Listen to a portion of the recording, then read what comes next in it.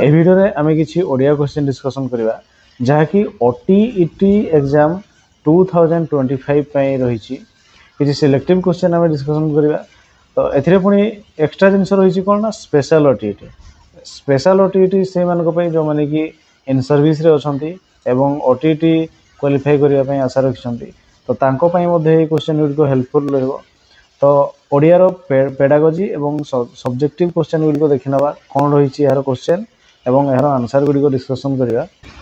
तो प्रथम क्वेश्चन थिला केउटी एको आचरणगत परिवर्तन होइथिले मध्य शिक्षण नुहे। आचरण रे परिवर्तन हेले भी सेटा शिक्षण आमे कहिबा नै।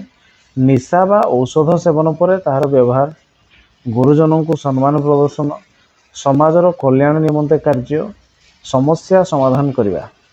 आचरण रे परिवर्तन हो जाइथिबो किंतु सेटा को आमे शिक्षा बोली कहिबा नाही। कोन ना निशा सेवन परे आचरण में परिवर्तन हम और पुणी आउथरे निशा सेवन पई हमर मन बळेबो सेटा हमर आचरण में परिवर्तन हेले भी ताको आमे शिक्षा कहि परिबा नाही। ऑप्शन ए हिजो राइट आंसर। या पर 32 शिक्षण रो मुख्य उद्देश्य कोन? मूल्यांकन करिबा ना निदान करिबा ना उपचार करिबा ना उपरोक्त समस्त। तबे शिक्षण रो मुख्य उद्देश्य हो मूल्यांकन भी हो, निदान करवा भी हो, उपचार करवा भी हो, उपरोक्त समस्त तेणु ऑप्शन डी ही जो राइट आंसर। एपर 33 व्यक्तिगत प्रभेद दूर करिया पई शिक्षक केउ पदक्षेप ग्रहण करबा अनुचित? जन्मगत प्रतिभा चिन्हट ना निजस्व बेगरे चिन्हिबा ना धारावाहिक सुविधा सुयोग दबा ना शिक्षक केन्द्रिक शिक्षा व्यवस्था करबा। व्यक्तिगत प्रभेद दूर करिया पई दूर करिया पई शिक्षक केउ पदक्षेप ग्रहण करबा अनुचित? व्यक्तिगत प्रभेद दूर करिया पई माने जदि हमर कोनसी शिक्षार्थी निर्दिष्ट जिनसर से पछुआ रहउछि तबे कोटा हमें अनुचित कोटा को ग्रहण करबा हमरो हम पई अनुचित हबो। तो जन्मगत प्रतिभा चिन्हट से गिफ्टेड कि कोथिरे तार डेवलप हो सेटा को चिन्हट करबा हम पई निहाती आवश्यक। निजस्व बेगरे चिन्हिबा ये भी आवश्यक। धारावाहिक सुविधा सुयोग भी दबा ये भी आवश्यक। शिक्षक केन्द्रिक शिक्षा व्यवस्था एवं नुह तामर शिक्षार्थी केन्द्रिक शिक्षण केन्द्रिक हो जाइए तेणु यहीटा हो पार ना तेणु ऑप्शन डी हो राइट आंसर। एपर 34 शिक्षार्थीर आचरण परिवर्तन डैश द्वारा संभव होता है? पाठ्यक्रम द्वारा ना परिवेश द्वारा ना शिक्षण द्वारा ना निर्देश द्वारा तार आचरण परिवर्तन हम। आचरण परिवर्तन केमती हम ना पाठ्यक्रम द्वारा हो पारे नहीं, परिवेश नहीं, निर्देश नहीं, शिक्षण से जी शिखब तार आचरण से परिवर्तन हम। ऑप्शन सी हो राइट आंसर। एपर 35 गाँ गंडा एथिरे गंडा पदटी केउ प्रकार अव्यय? धन्यानुकारी ना पद विकारमूलक ना भाववाचक ना क्रमबोधक? गाँ गंडा ये गंडाटा कौन ना गंडाटा हो कौन ना पद विकारमूलक अव्यय। तबे ऑप्शन बी हो राइट आंसर। कारण गाँ एवं गंडा एथिरे किसी संपर्क नहीं तेणु पद विकारमूलक अव्यय हम। Option B right answer. एपर 37 उत्तम प्रतिष्ठा लाभ करी अछंती जे याको एक पदरे प्रकाश कले कौन हम? प्रतिष्ठित ना लब्ध प्रतिष्ठ ना लब्ध प्रतिष्ठित ना प्रतिष्ठा लाभ? उत्तम प्रतिष्ठा लाभ करी अछंती जे ताकू जदि हमें एक पदरे प्रकाश करिबा ते से ताकू हमें कौन कहबा ना लब्ध प्रतिष्ठ। ऑप्शन बी हो राइट आंसर। एपर 38 केदार गौरी काव्यर रचयिता किए? गंगाधर मेहर ना राधानाथ राय ना सुरेंद्र महांती ना गोपीनाथ महांती? केदार गौरी होचंती किए ना राधानाथ राय? ऑप्शन बी हो राइट आंसर। यहाँ पर गोटे अनुच्छेद देइछि प्रदत्त अनुच्छेदटी को पढ़ी निम्न रे दिया जाइथिबा प्रश्न 39 रु 43 गुड़िकर उत्तर लिखिबा। देछि कीटपतंग पशुपक्षी मणिसंग बासभूमि आमर ए पृथ्वी समस्ते चाहती सुखरे रहिबे, आनंदरे काल काटिबे, दुखरे रहिबा पई असुविधा भोगिया पई केही चाहती नहीं। समस्ते सिना सुख खोजती किंतु सुख पाइबार बाटटी समस्त को जणा न थाए। जेते जहा पाइले भी मन भितरे शांति नथिले आमको सुख मिले ना। तेणु सुख पाइबाकू हेले सर्वप्रथमे आम मनटी को शांत रखा पड़ो।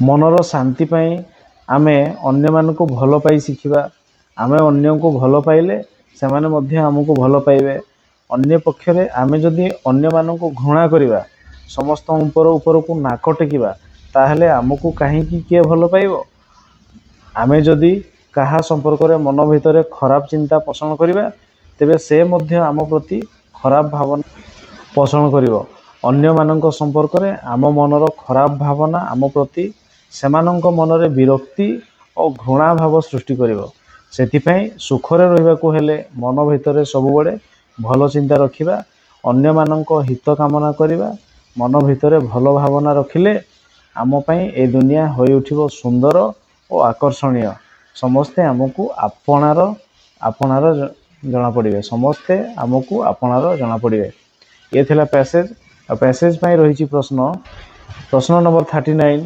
केउटी ठीक सुखरु शांति मिले ना शांति रु सुख मिले ना संपद रु सुख मिले ना सुखरु संपद मिले तबे कौन रही ना शांति रु सुख मिले ऑप्शन बी हो राइट आंसर कारण एथिरे लिखा है शांति नथिले हमको सुख मिले ना तेणु कौन हम ना शांति रु सुख मिले। यापर 40 नंबर अन्य मानक संपर्क रे आम मनर खराब भावना थिले डैश अन्य मानक संपर्क रे आम मनर खराब भावना थिले डैश आम प्रति सेमानक मनरे घृणा भाव सृष्टि हेबो ना आम प्रति सेमानक मनरे विरक्ति भाव सृष्टि हेबो ना आम प्रति सेमानक मनरे विरक्ति और घृणा भाव सृष्टि हेबो ना सेमानक प्रति आम मनरे विरक्ति और घृणा भाव सृष्टि हेबो। तो अन्य मानक संपर्क रे आम मनर खराब भावना थिले अन्य मानक संपर्क रे आम मनर खराब भावना थिले कौन हबो ना आम प्रति सेमानक मनरे आम विरक्ति और घृणा भाव सृष्टि हुए तेणु ऑप्शन सी हो राइट आंसर एथिरे अछि सेमानक मनरे विरक्ति और घृणा भाव सृष्टि हेबो तेणु ऑप्शन सी हो राइट आंसर। यापर 41 नंबर मनीष शांति रे रही पारे नाही काहेकि मनीष सब बड़े शांति खोजे ना शांति पाइबार बाट जाने नहीं ना शांति समस्त को मिले नहीं ना उपरोक्त समस्त तेबे मनीष शांति रे रही पारे नाही काहेकि ना शांति पाइबार बाट ताकू जना न थाए ऑप्शन बी हो राइट आंसर। यापर 42 मनर शांति पाई कौन करबा अन्य को सम्मान देबा ना अन्य को साहाय्य करबा ना अन्य को भल पाइबा ना उपरोक्त कौनसी नुह तेरे मनर शांति पाई आमे कौन करबा ना अन्य को भल पाइबा ऑप्शन सी हो राइट आंसर। यापर 43 सुखरे रहिबाकू हेले डैश आम मन भितर सब बड़े भल चिंता रखिबा ना अन्य मानक हित कामना करबा ना मन भितर भल भावना रखिबा ना उपरोक्त समस्त तेरे सुखरे रहिबाकू हेले कौन आम मन भितर सब बड़े भल चिंता रखिबा अन्य मानक हित कामना करबा मन भितर भल भावना रखिबा ना उपरोक्त समस्त ऑप्शन डी हो राइट आंसर।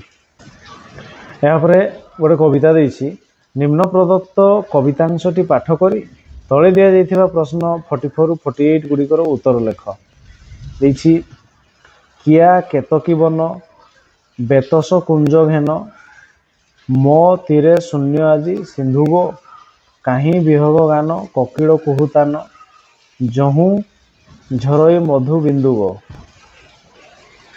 शुणी तटिनी बाणी बक्षकु नहीं टाणी कहिला सिंधु गिरी कन्या गो भक्ति ईश्वर कृपा तू अटू मातृरूपा तू ही तो जगत रे धन्य गो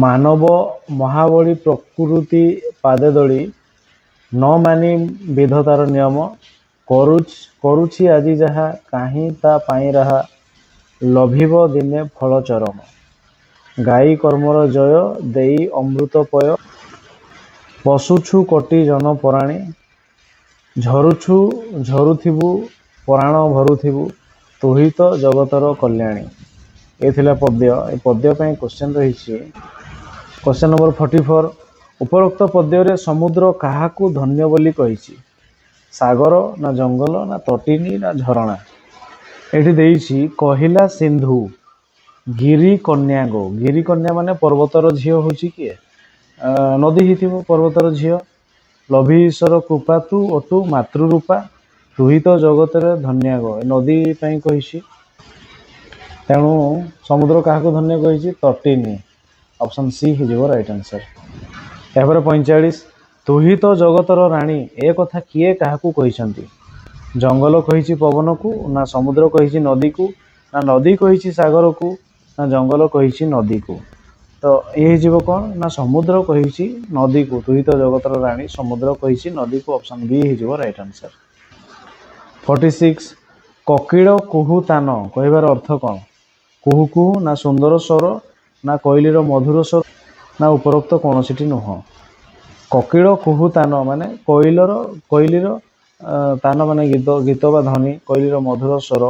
ଅପସନ୍ ସି ହେଇଯିବ ରାଇଟ୍ ଆନ୍ସର। ଏହାପରେ 47 କାହାକୁ ଗିରିକନ୍ୟା ବୋଲି କୁହାଯାଇଛି? ଝରଣା ନା ନଦୀ ନା ସମୁଦ୍ର ନା ଜଙ୍ଗଲ। ଏବେ ଗିରିକନ୍ୟା ହେଉଛି କିଏ ନା ନଦୀ। ଅପସନ୍ ବି ହେଇଯିବ ରାଇଟ୍ ଆନ୍ସର। 48 ନିଜ କର୍ମର ଫଳ ଭୋଗିବ ବୋଲି କାହାକୁ କୁହାଯାଇଛି? ମଣିଷକୁ ନା ନଦୀକୁ ନା ସାଗରକୁ ନା ଜଙ୍ଗଲକୁ। ନିଜର କର୍ମର ଫଳ ଭୋଗିବ କିଏ ନା ମଣିଷ। ଅପସନ୍ ଏ ହେଇଯିବ ରାଇଟ୍ ଆନ୍ସର। ତାପରେ 49 ନିମ୍ନଲିଖିତ ମଧ୍ୟରୁ କେଉଁଟି ଶାରୀରିକ ଓ ଦୈହିକ ଗୁଣାବଳୀ ସହ ସମ୍ବନ୍ଧିତ ନୁହେଁ? କେଶର ଆକୃତି ନା ହାତ ମୁଠାର ଶକ୍ତି ନା ଯୁକ୍ତାକ୍ଷର ଲିଖନ ନା ସ୍ମରଣ ଶକ୍ତି। ତେବେ ମଧ୍ୟରୁ କେଉଁଟା ଶାରୀରିକ ଆଉ ଦୈହିକ ଗୁଣାବଳୀର ବିକଶିତ ସମ୍ବନ୍ଧିତ ନୁହଁ? ତ ଇଏ ହେଇଯିବ କ'ଣ ନା ଶାରୀରିକ ଓ ଦୈହିକ ଗୁଣାବଳୀ। କିଏ ନା ଶାରୀରିକ ଓ ଦୈହିକ ଗୁଣ ହେଉଛି କେଶର ଆକୃତି, ଯେଉଁଟାକି ଆମର ଆଗରୁ ଗଡ଼ ଗିଫ୍ଟେଡ୍ ସେଟା ମଣିଷର କିଛି ତାର ନିଜର କର୍ମଫଳ କିମ୍ବା ନିଜେ ଚେଷ୍ଟା କରି ମଧ୍ୟ ସେମିତି କରିହେବ ନାହିଁ। ତେଣୁ କେଶର ଆକୃତି। ଅପସନ୍ ଏ ହେଇଯିବ ରାଇଟ୍ ଆନ୍ସର। 50 ଶିକ୍ଷାର୍ଥୀମାନଙ୍କ ପାଖରେ କେଉଁ ସବୁ ଦକ୍ଷତା ଭିନ୍ନ ଥିବାରୁ ସମସ୍ତଙ୍କ ପାଇଁ ଏକ ପ୍ରକାର ଶିକ୍ଷାଦାନ ବ୍ୟବସ୍ଥା କରାଯିବା ଅନୁଚିତ? ଶାରୀରିକ ଦକ୍ଷତା ନା ବୌଦ୍ଧିକ ଦକ୍ଷତା ନା ଆବେଗିକ ଗୁଣାବଳୀ ନା ସାମାଜିକ ଗୁଣାବଳୀ। କେଉଁ ସବୁ ଦକ୍ଷତା ଭିନ୍ନ ଥିବାରୁ ସେମାନଙ୍କୁ ମାନେ ଏକ ପ୍ରକାର ଶିକ୍ଷାଦାନ ବ୍ୟବସ୍ଥା କରିହେବ ନାହିଁ? କ'ଣ ନା ତାଙ୍କର ବୌଦ୍ଧିକ ଦକ୍ଷତା ମାନେ ତାଙ୍କର ସ୍ମରଣ ଶକ୍ତି, ଚିନ୍ତନ ଶକ୍ତି, ଏଗୁଡ଼ା ସବୁ ଅଲଗା ଅଲଗା। ତେଣୁ ସମସ୍ତଙ୍କୁ ଏକ ପ୍ରକାର ପାଠ୍ୟଦାନ କରାଯାଇପାରିବ ନାହିଁ। ଅପସନ୍ ବି ହେଇଯିବ ରାଇଟ୍ ଆନ୍ସର। ଏହାପରେ 51 ଅଭିନ୍ନ ଅନ୍ୟ ସ୍ୱରବର୍ଣ୍ଣ ପରେ ଥିଲେ ଅକାର ପରସ୍ଥିତ ବିସର୍ଗର କ'ଣ ହୁଏ? ଅଭିନ୍ନ ଅନ୍ୟ ସ୍ୱରବର୍ଣ୍ଣ ପରେ ଥିଲେ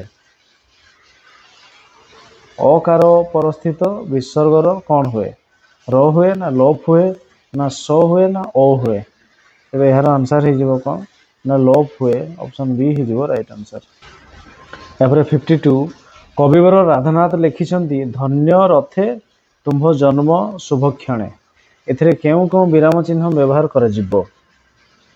କମା ଉଦ୍ଧୃତ ଚିହ୍ନ ନା କମା ଉଦ୍ଧୃତ ଚିହ୍ନ ବିସ୍ମୟସୂଚକ ଚିହ୍ନ ପୂର୍ଣ୍ଣଚ୍ଛେଦ ନା କମା ଉଦ୍ଧାର ଚିହ୍ନ ପୂର୍ଣ୍ଣଚ୍ଛେଦ ନା ବିସ୍ମୟସୂଚକ ଚିହ୍ନ ଓ କମା।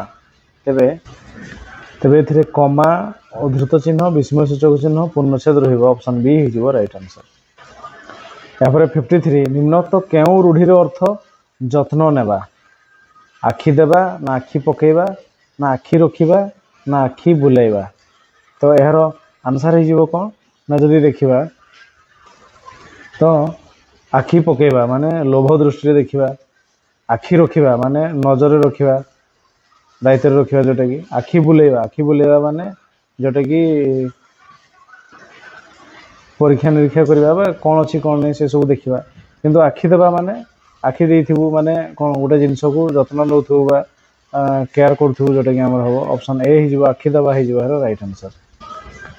54 ତଳେ ପକାଇବା ରୂଢ଼ିର ଅର୍ଥ କ'ଣ? ଅମାନ୍ୟ କରିବା ନା ଅନୁମାନ କରି କହିବା ନା ପ୍ରଶୟ ଦେବା ନା ଅନ୍ୟକୁ ଠକିବା। ତଳେ ପକାଇବା ମାନେ ତଳେ ପକାଇବା ହେଉଛି କ'ଣ ହେଇଯିବ ନା ମୋ ନାଁ ତଳେ ପକାଇଦେଲୁ ମାନେ କ'ଣ କରାଯିବ? ଅମାନ୍ୟ କରିବା, ଯେଉଁଟାକି। ଅପସନ୍ ଏ ହେଇଯିବ ରାଇଟ୍ ଆନ୍ସର। ତାପରେ 55 ପଦ୍ୟକୁ ଗଦ୍ୟରେ ପରିଣତ କରିବା ପ୍ରକ୍ରିୟାକୁ କ'ଣ କୁହାଯାଏ? ଗଦ୍ୟ ରୂପ ନା ଅନ୍ୱୟ ନା ବାକ୍ୟନ୍ୱୟ ନା ଗଦ୍ୟାତ୍ମକ। ପଦ୍ୟକୁ ଗଦ୍ୟରେ ପରିଣତ କରିବାକୁ କ'ଣ ହେଇଯିବ ନା ସେ ହେଇଯିବ ବାକ୍ୟାନ୍ୱୟ। ଅପସନ୍ ସି ହେଇଯିବ ରାଇଟ୍ ଆନ୍ସର। ଏହାପରେ 56 ଓଡ଼ିଆ ଭାଷା ଅନୁସାରେ କେଉଁ ଶବ୍ଦଟି ଶୁଦ୍ଧ?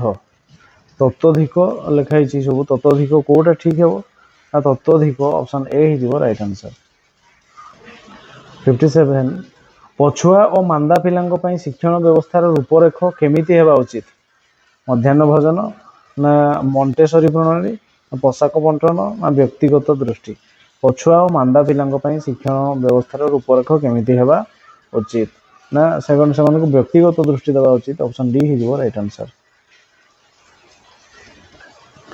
58 केउटी शिक्षण रे मानसिक गुणावली प्रभेद अंतर्भुक्त अस्थिर गठन ना बोध शक्ति ना परिपक्वता समय ना शरीर रंग मानसिक गुणावली कौन हम ना स्मरण शक्ति ऑप्शन बी बोध शक्ति जोटा कि बोध शक्ति आ हाड़र गठन परिपक्वता समय आ शरीर रंग एगुड़ा सब शारीरिक गुणावली मानसिक गुणावली हूँ बोध शक्ति ऑप्शन बी राइट आंसर 59 पर्यवेक्षण अर्थ कौन देखा ना अनुभव करवा ना चिंता करवा ना उद्देश्य भित्तिक प्रत्यक्षण करवा तेरे पर्यवेक्षण करार अर्थ कौन हम ना पर्यवेक्षण करवा जोटा कि आम उद्देश्य भित्तिक प्रत्यक्षण करवा माने गोटे परीक्षा चली आम पर्यवेक्षण करवा उद्देश्य भित्तिक प्रत्यक्षण करवा ऑप्शन डी ही राइट आंसर एपर 60 नंबर निम्नलिखित मध्यरु केउटी शिक्षण स्वरूप नुहे यह एक आचरणगत परिवर्तन ना यह एक उद्देश्यपूर्ण कार्य ना यह एक निष्क्रिय प्रक्रिया ना शिक्षण होची विकास तेज कौटा स्वरूप नुहे कही से हूँ यह एक निष्क्रिय हो पार सक्रिय प्रक्रिया शिक्षणटा गोटे सक्रिय प्रक्रिया तेणु ऑप्शन सी ही भूल तेणु यह राइट आंसर